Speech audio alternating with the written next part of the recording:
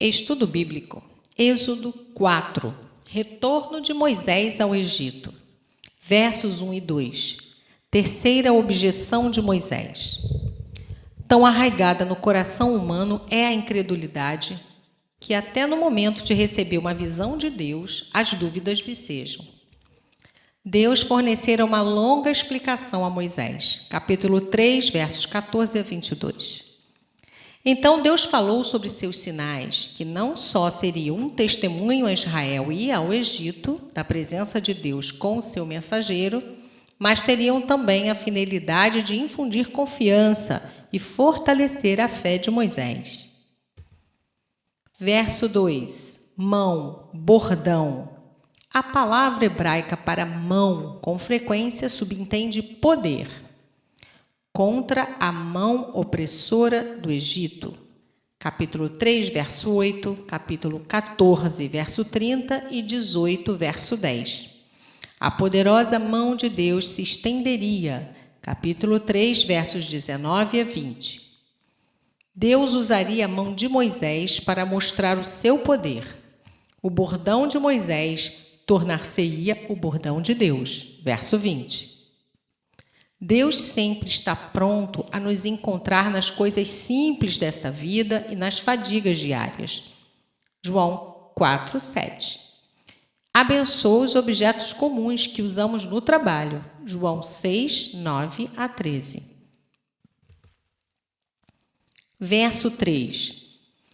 O bordão, símbolo de autoridade e de apoio, aparece por um momento na forma da serpente, símbolo das obras de Satanás. Semelhantemente, Jesus, o cetro de Judá, a quem os povos deverão obedecer, Gênesis 49, 10, foi assumir a forma da carne pecaminosa para nossa justificação. Como Moisés fez o povo olhar para uma serpente de bronze na fé, para que se curasse da mordedura das serpentes do deserto.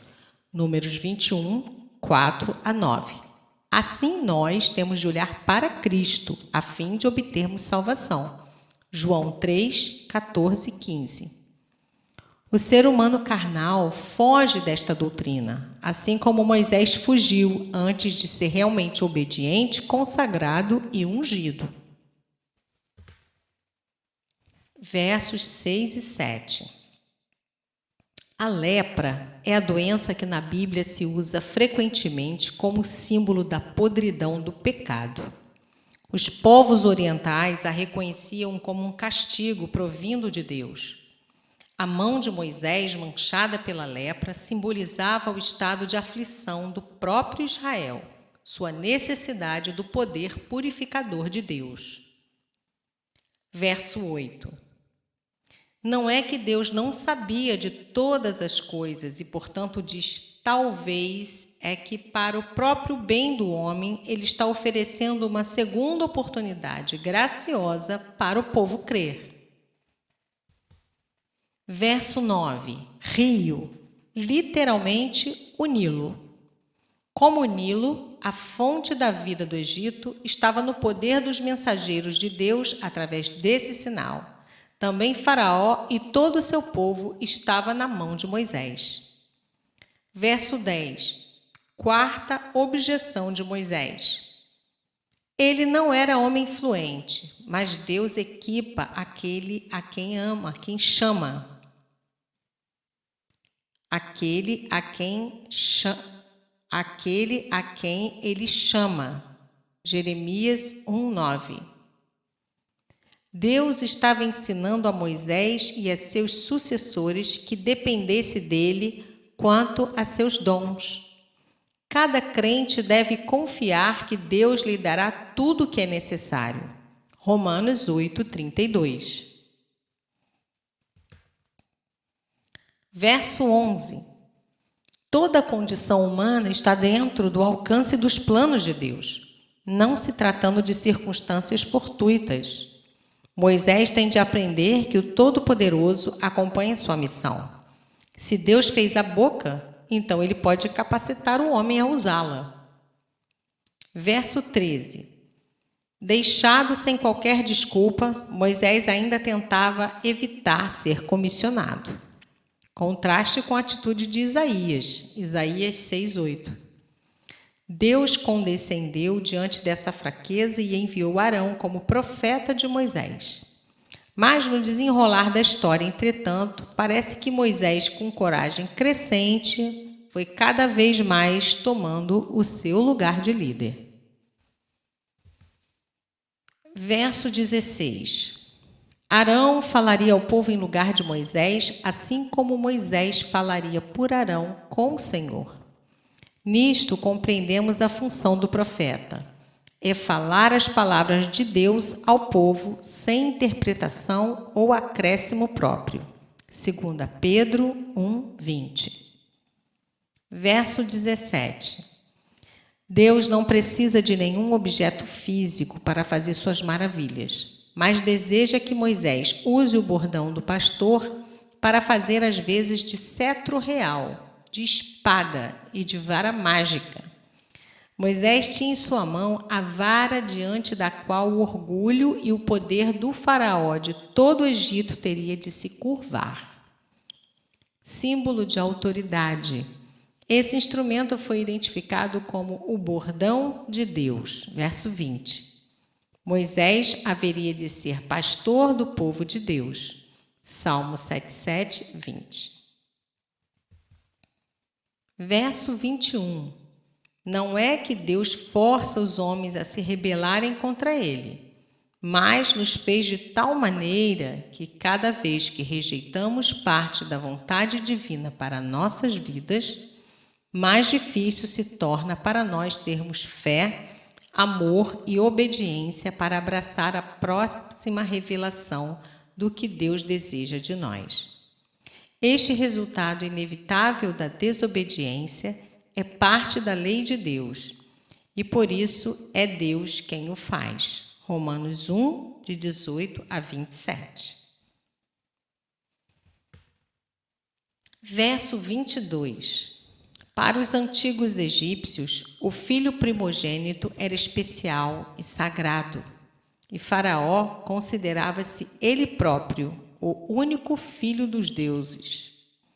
Agora ele ouviria que todo um povo fora chamado de um filho primogênito de Deus, significando declarado e tratado como o primeiro na hierarquia, proeminente com direitos, privilégios e responsabilidades de ser, de fato, o primogênito.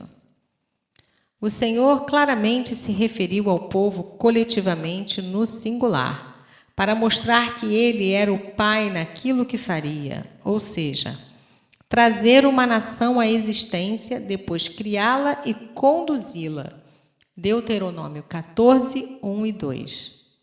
A palavra primogênito mostra o amor com que Deus considera seu povo escolhido e reivindica Israel como seu filho primogênito, seu amado, um título que, em última análise, se cumpriu na pessoa de Jesus Cristo. Marcos 1, 11. Versos 24 a 26. Esta passagem, ignorada pelos comentadores modernos, como curiosa relíquia do folclore e da superstição, é, na realidade, uma ilustração da lei espiritual que flui através das Escrituras e da história. Aquele que proclama a vontade de Deus para os outros deve ele mesmo ser obediente à expressa vontade de Deus. O sinal da circuncisão decretado por Deus, Gênesis 17, de 9 a 14, fora negligenciado por Moisés, até que Deus o lembrou violentamente da obrigação por meio deste golpe.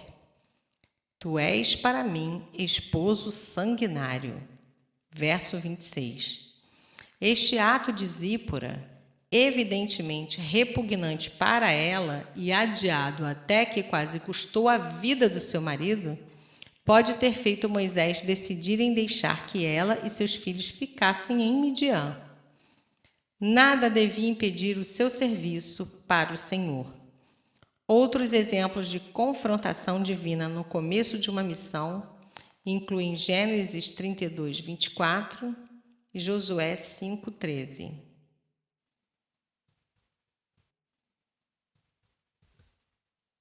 versos 27 e 30. Arão se encontrou com Moisés e ouviu o seu relato, e doravante Arão funcionaria como porta-voz de Moisés. Verso 31. E o povo creu. Moisés fizera os 3 sinais que Deus lhe tinha concedido, tendo o apoio de Arão.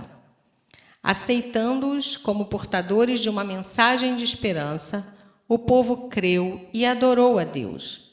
Mas ainda veremos que esta fé não está em condições de enfrentar a primeira perseguição, nem de mostrar lealdade absoluta.